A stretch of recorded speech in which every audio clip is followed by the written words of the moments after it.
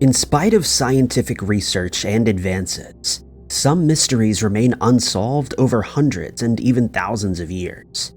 Historians and experts are still unsure what happened to colonies that disappeared without a trace, or who committed major crimes. These eerie events from long ago still send a chill down our spines today, especially when we imagine what it would be like to witness them at the time. It's even more unsettling to imagine what it would be like if any of these mysterious occurrences happened again. Number 5. In 984 AD, a notorious Viking named Eric the Red was exiled from the lands of Norway and Iceland as punishment for violent crimes. He fled west to Greenland, where he found a brutal and freezing landscape. Legend says that Eric named the island Greenland to trick other Norsemen into settling there, not expecting the dark and unforgiving terrain. Eric's deception led to the creation of a new civilization of nearly 2,500 Vikings. Establishing 2 new Viking colonies, these settlers survived harsh conditions on the edge of the world for hundreds of years. Then they simply disappeared. No one truly knows why or how the Vikings left their homes. We also have no way of knowing where they went. Other civilizations at the time kept records of world news, but historians have found nothing that mentions thousands of Vikings fleeing Greenland. In fact, the last known communication from Greenland before the Vikings vanished was a letter reporting the wedding of a couple that ended up in Greenland by accident, after their ship blew off course. By all accounts, life was still good for the Vikings, even just before they vanished. Strangely, archaeologists believe the residents of Greenland colonies didn't leave in a hurry. There were no signs of conflict or struggle, and they left very few valuable possessions behind. After examining one house, archaeologists determined that the Vikings actually tidied up and closed their doors before abandoning their home forever. One interior room was still clean when researchers found it hundreds of years later. While the Vikings may have left in an orderly fashion, there's no records of where they went. Historians haven't found evidence of Viking refugees landing in Norway or Iceland, meaning that thousands of people seem to have disappeared without a trace. Ever since the Vikings first came to Greenland, they were in a perilous position. Because of a short growing season and difficult land, farming and grazing cattle in Greenland was hard work. They were also desperately reliant on trade with Europe because Greenland didn't have enough wood to construct their boats. In order to survive, the Vikings had to commit most of their men to long and dangerous expeditions, hunting harp seals. Capturing the seals allowed them to harvest valuable ivory, which they would then trade for much-needed supplies. All of this made the civilization vulnerable to catastrophe. In the 13th century, a volcano exploded in Indonesia, which clouded the atmosphere with sulfur and spread ash all the way to the Arctic. The sulfur reflected sunlight away from the Earth, creating new sea ice that made it more difficult for the Vikings to sail, and also causing more storms to ravage their settlements. Around the same time, Europe began to trade with sub-Saharan Africa for elephant ivory, which made the Greenland Vikings' precious seal ivory less valuable. On top of all this, the Black Death tore through Europe, causing half of Norway's population to perish. New research by paleoclimatologists at the University of Massachusetts Amherst also shows that the Greenland Vikings suffered through a drought that only got worse as time went on, meaning that they could not grow enough grass to feed the livestock that they relied on for food. An analyst of Viking skeletons showed that by the time they had abandoned their civilization, the settlers were compelled to eat seafood for 80% of their diet. That's about twice the amount that they were eating when they founded the Greenland colonies, which indicates that the colonists knew that they needed to adapt to their harsh environment and find new ways to survive. The Vikings had become more and more cut off from the world, all while living at the far edge of a dangerous frontier. Some historians now believe that the Vikings mostly came to Greenland to hunt seals for ivory, so it makes sense that once there was less demand for it, the Vikings might have wanted to leave the savage landscape. But that doesn't explain their sudden disappearance, and the fact that nobody in the medieval world seemed to write anything about the demise of these remote colonies. One theory is that the Viking fleet may have been caught in a violent storm while desperately hunting for seals, causing most of the men to perish and destroying the colony. Another is that families just gradually picked up and left as their lifestyle died out. Because of this mysterious end, we may never know if their descendants walk among us today. Number 4. The world was shocked in 2019 by a devastating fire which erupted at the Notre Dame Cathedral in Paris, France. While the exact cause of the fire is still unknown, it revealed something shocking. For hundreds of years, unknown to worshippers, tourists, and officials, 2 bodies lay buried in a hidden tomb beneath the cathedral. The tomb, which is located below a floor that was built in the 18th century and is near other lower levels that are as old as the 14th and 13th centuries, contained 2 ancient lead sarcophagi. Using a small camera, archaeologists looked inside one of the sarcophagi and were stunned to find cloth remains and organic matter such as hair and plant remains, meaning that the contents were incredibly well preserved. Researchers have since been able to identify one of the 2 men. They found a plaque on one of the sarcophagi that claims the body to be that of Antoine de la Porta, an important priest who died at the age of 83 in 1710 AD. Even though his sarcophagus was damaged, allowing oxygen to come inside and degrade its contents, the priest's skeleton was still well preserved and even had hair and a beard. The archaeologist's analysis tells us that the priest was a sedentary man who cared for his teeth remarkably well, but he may have been in poor health overall. His remains showed signs of gout, which the Center for Disease Control and Prevention describes as an incurable but common form of inflammatory arthritis that's very painful. Gout can be made more likely by a diet of lots of alcohol, fructose, and various meats, even earning the nickname the disease of kings because of its association with overindulgence and wealth. Since this man seemingly led a long and comfortable life with the position of respect, it's even more strange that nobody ever knew he was buried just below the cathedral all that time. The other sarcophagus was much more difficult for archaeologists to work with. Holes around the head of the coffin allowed oxygen inside, ruining much of the preservation of the remains. However, several clues show that this burial is unique compared to the other skeleton, and that the unidentified man and the priest likely lived at different times. The stranger's sarcophagus seemed to have been molded around his body.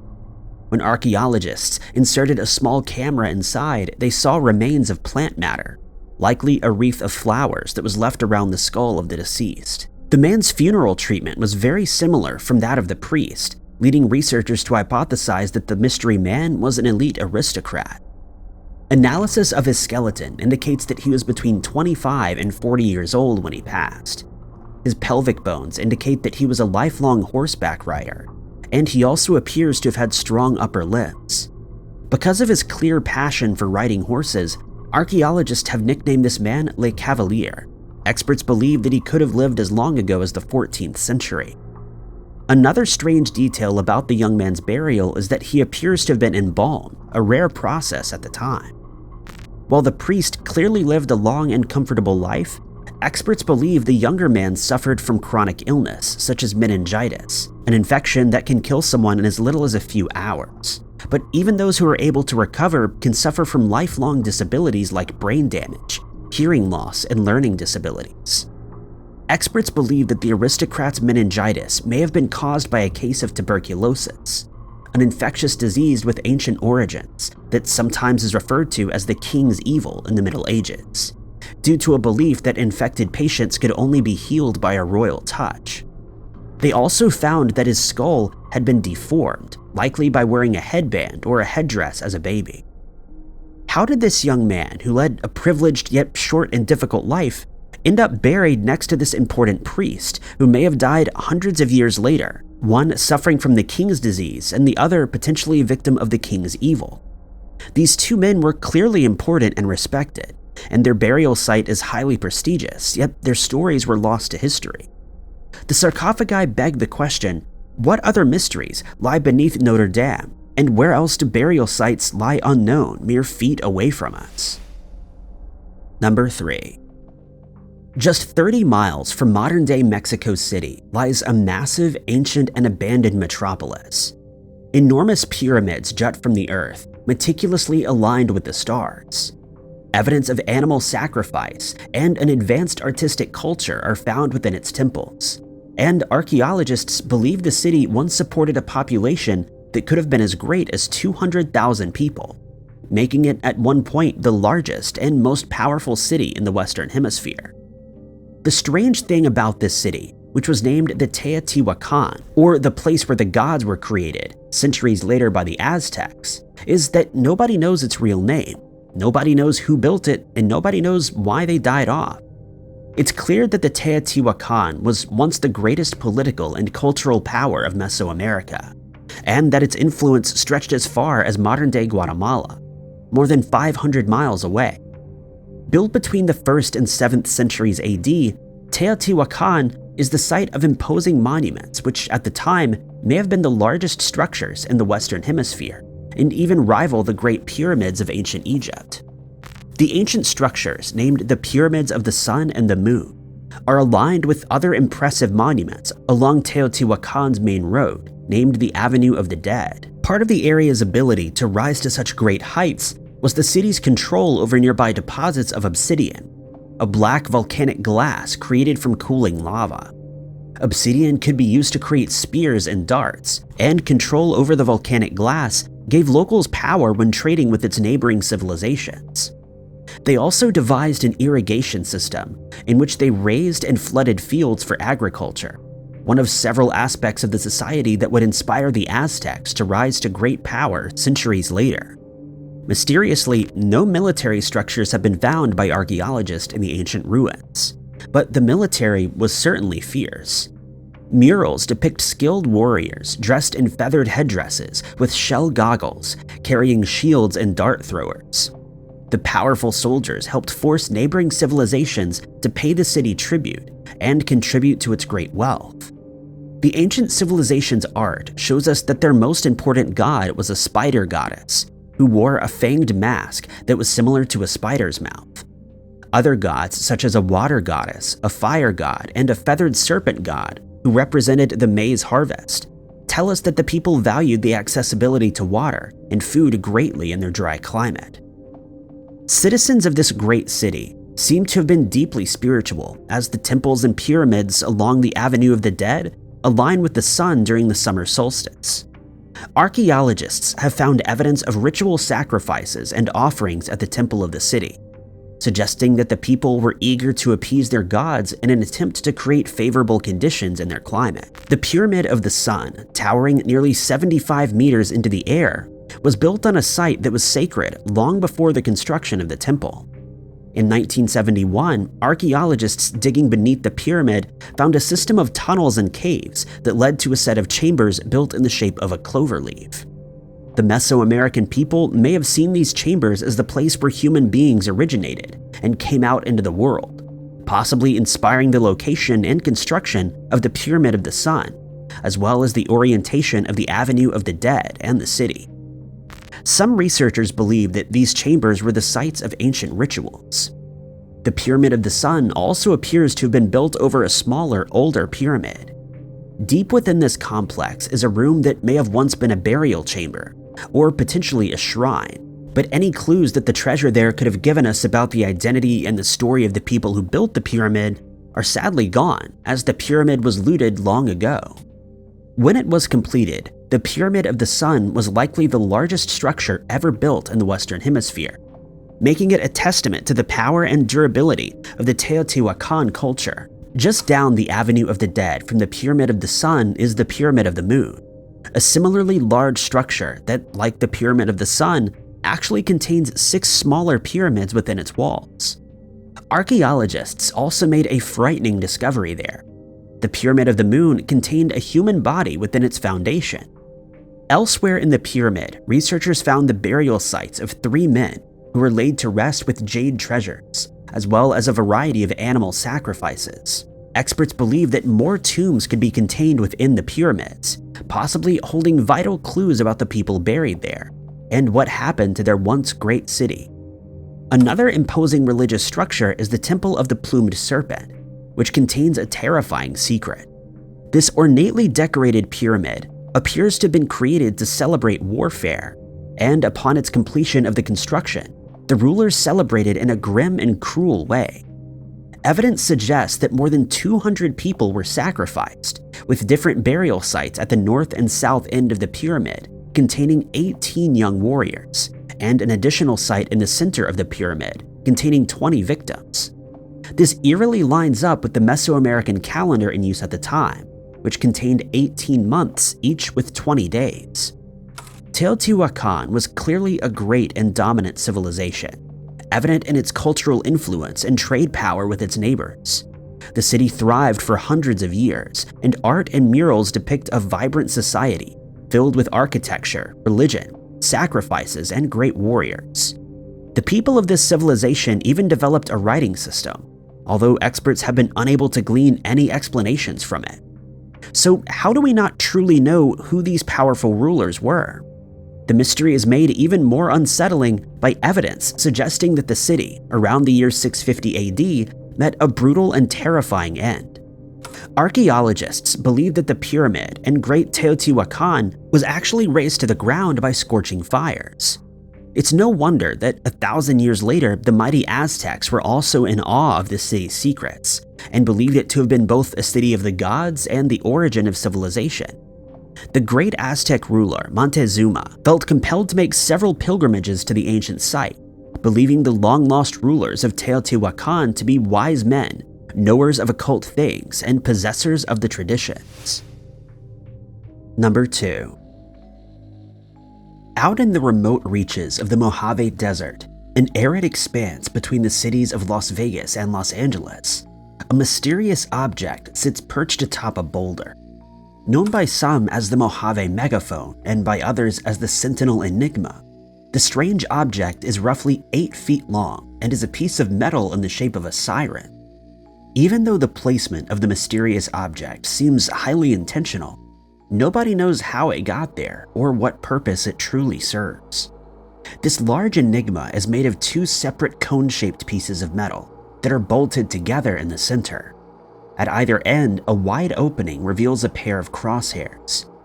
Curious adventurers can climb up to the object to inspect it for themselves if they're prepared for a journey through dirt roads, riverbanks, and deep sands. Theories abound regarding the origins and purpose of the Mojave megaphone. As the home to government test sites and fabled cave networks, the Mojave Desert hosts many secrets. Any of these could be a clue to the true purpose of this bizarre installation. Because of the object's clear resemblance to a megaphone or siren, many have speculated that it was related to nearby weapons testing run by the US government. Beginning in 1951, the US Atomic Energy Commission ran a series of nuclear tests in the desert near Las Vegas. Because the Mojave megaphone appears to be decades old, theorists have speculated that it could have been used as a siren to warn government workers of impending nuclear or chemical weapons testing that was happening in the area. However, Sarah Roby, a history professor at Idaho State University, finds this theory difficult to believe. She claims that the Mojave megaphone doesn't resemble the shapes of either early Cold War era or World War II era sirens. That being said, she still finds the proximity of the Enigma to Edwards Air Force Base and other military sites to be a potential clue. Since the 1940s, Edwards Air Force Base and the Mojave Desert have been used for test flights of experimental aircraft. Famously, this is where the sound barrier was first broken by the US military, leading to a sonic boom and supersonic flight. Instead of a siren, the Enigma may have been a measuring device for these types of tests. In Roby's estimation, the megaphone could have possibly been used to take measurements during these test flights. It's also possible that the megaphone could have been used to record long-range shock waves from nuclear explosions from the Atomic Energy Commission tests at the Nevada test site, miles away. Because nearby rail lines carried chemical agents through the Mojave Desert, it's also possible that the megaphone acted as a siren to warn anybody nearby of dangerous accidents involving these trains. The north end of the Sentinel Enigma points directly at a hill where boulders are covered in petroglyphs, which are drawings carved into the rock. These symbols were likely left there hundreds of years ago by the people indigenous to the Great Basin. Why the crosshairs of the north end of the Enigma point towards the petroglyphs is unknown, and it may just be a coincidence. It's likely that the indigenous people stopped there to collect water from a nearby spring. With all the effort it must have taken to place the object on top of a boulder, far from any roads or resources, any coincidence like this makes the intent of the people who put it there even more intriguing. The object appears to weigh up to 600 pounds, and they would have needed to carry it up a 150-foot hill. The final popular theory about this perplexing monument is that it was a tool used in locating a rumored 303-mile underground river of gold.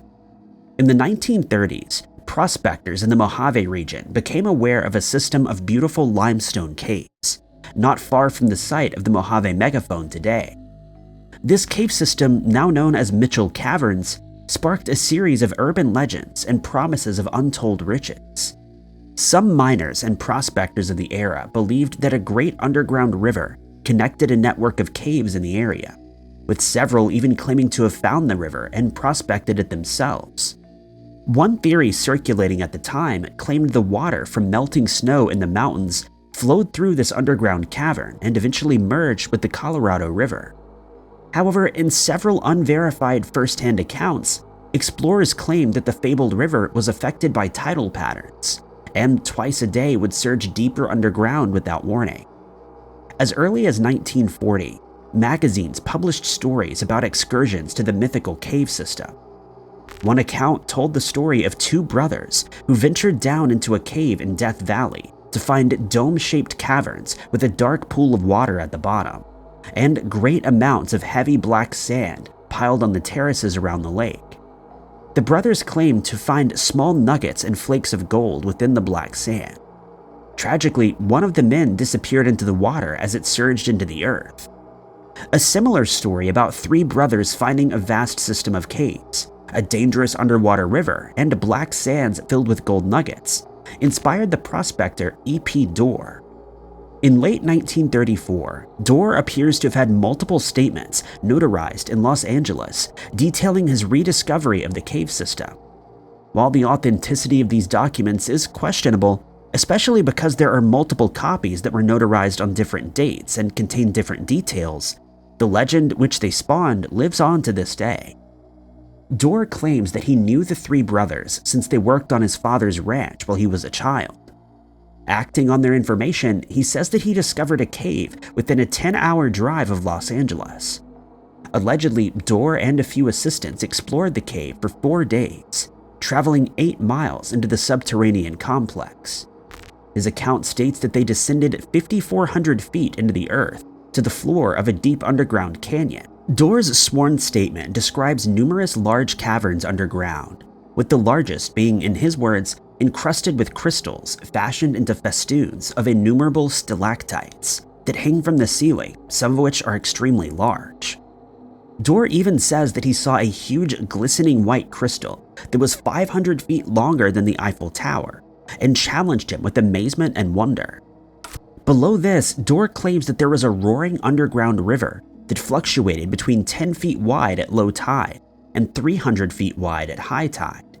And as in every story about these caves, Dorr claims that there was dark sand found to be fabulously rich in gold. Based on the estimations Dorr made of how much gold lines this hidden river, the deposits would be worth billions of dollars in today's money. That's why Dorr was eventually able to convince a group of investors to back his mining project, but he was ultimately unable to ever locate the cave again. Dozens of urban legends and printed accounts of Dorr's hidden cave contradict each other, with some stories claiming that Dorr saw light streaming into the cave and assumed that there was a second entrance, so he sealed off the original cave mouth with a blast charge.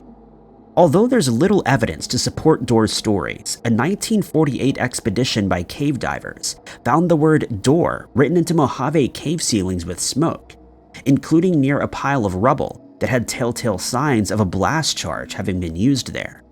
However, even a survey expedition from the National Park Service, led by Dorr himself, could not verify the existence of any such cavern. This hasn't stopped a group of private investigators and amateur prospectors from continuing the search for Dorr's fabled treasure to present day. While we may not know the purpose or history of this peculiar instrument, its proximity to government testing facilities and the fabled entrance to an expansive underground treasure makes the imagination run wild. Was this a device for testing terrifying weapons, or a marker for finding untold wealth? Does it have crosshairs because it was the site of some projectile weapon, or was it put there as a prank? No matter the answer, people have been making their own uses for the Mojave megaphone. Some explorers have found that if they shout in one end, it does in fact project their voice into the desert, and another found that by stretching an animal skin over one end, the Enigma could be used as a massive drum. Number 1. In the late Bronze Age, beginning around the year 1200 BC, great and powerful civilizations around the Mediterranean began to violently collapse one by one. As trade routes fell apart and cultures declined, cities burned and a strange group of traveling marauders arose from the sea, bringing with them chaos and destruction. These warriors are known as the Sea People. Acting as a mysterious band of raiders, the Sea People wreaked havoc all across the Mediterranean, an act that some historians believe contributed to the total destruction of empires and cultures. Then they vanished. To this day, historians do not know who the Sea People were, where they came from, or why they attacked, although there are many theories. What historians do know, however, is that these people participated at some level in the demise of the great Bronze Age civilizations during a time that must have been terrifying to live through. The Sea People's violent war parties attacked cities and settlements across the Mediterranean coast, ravaging the lands of Anatolia, Syria, and Egypt, among others. Those Egyptians who stood against them described them with fear, with one record saying, quote, "They came from the sea in their warships and none could stand against them." Because the destruction of Bronze Age cities at this time was so total, most of the surviving records that describe these naval raiders came from the Egyptians, who were the only group capable of beating them in battle. Several Egyptian pharaohs claim to have stood against the Sea People and won. Ramses the Great, who reigned from 1279 to 1213 BC, described in one inscription how he decisively beat the Sea People by tricking them to attack a small force that he had positioned in the Nile River, before bringing the full strength of his army down on the Sea People and attacking from their flanks. Even this supposed total victory, however, would not stop the Sea People from raising their swords against 2 more Egyptian pharaohs and burning other cities and civilizations to the ground. An inscription from Pharaoh Ramses III describes them in terrifying terms. He writes that one country was so desolated by the invading force that it was as if it had never existed. With great effort and careful strategy of guerrilla warfare and ambushes, Ramses III was finally able to defeat the Sea People for good, causing them to vanish into the mists of history. However, the raiders were such a formidable force that fighting them emptied the Egyptian treasury. The fallout of this event not only diminished Egypt's power, but it also led to the first labor strike in recorded history, when Ramses III was unable to pay tomb builders, who then refused to work in protest. In the Egyptian accounts of the Sea People attacks, they were described as coming from a range of different lands. Scholars still debate competing theories about where these places are, with some hypothesizing that the Sea People came from Italy, Greece, or Palestine. The goals of the Sea People are also a mystery. Were they running from something, or trying to take new wealth for themselves? In some Egyptian carvings, images of women and children sitting in carts loaded with household supplies indicate that the Sea People may have been seeking new land to settle.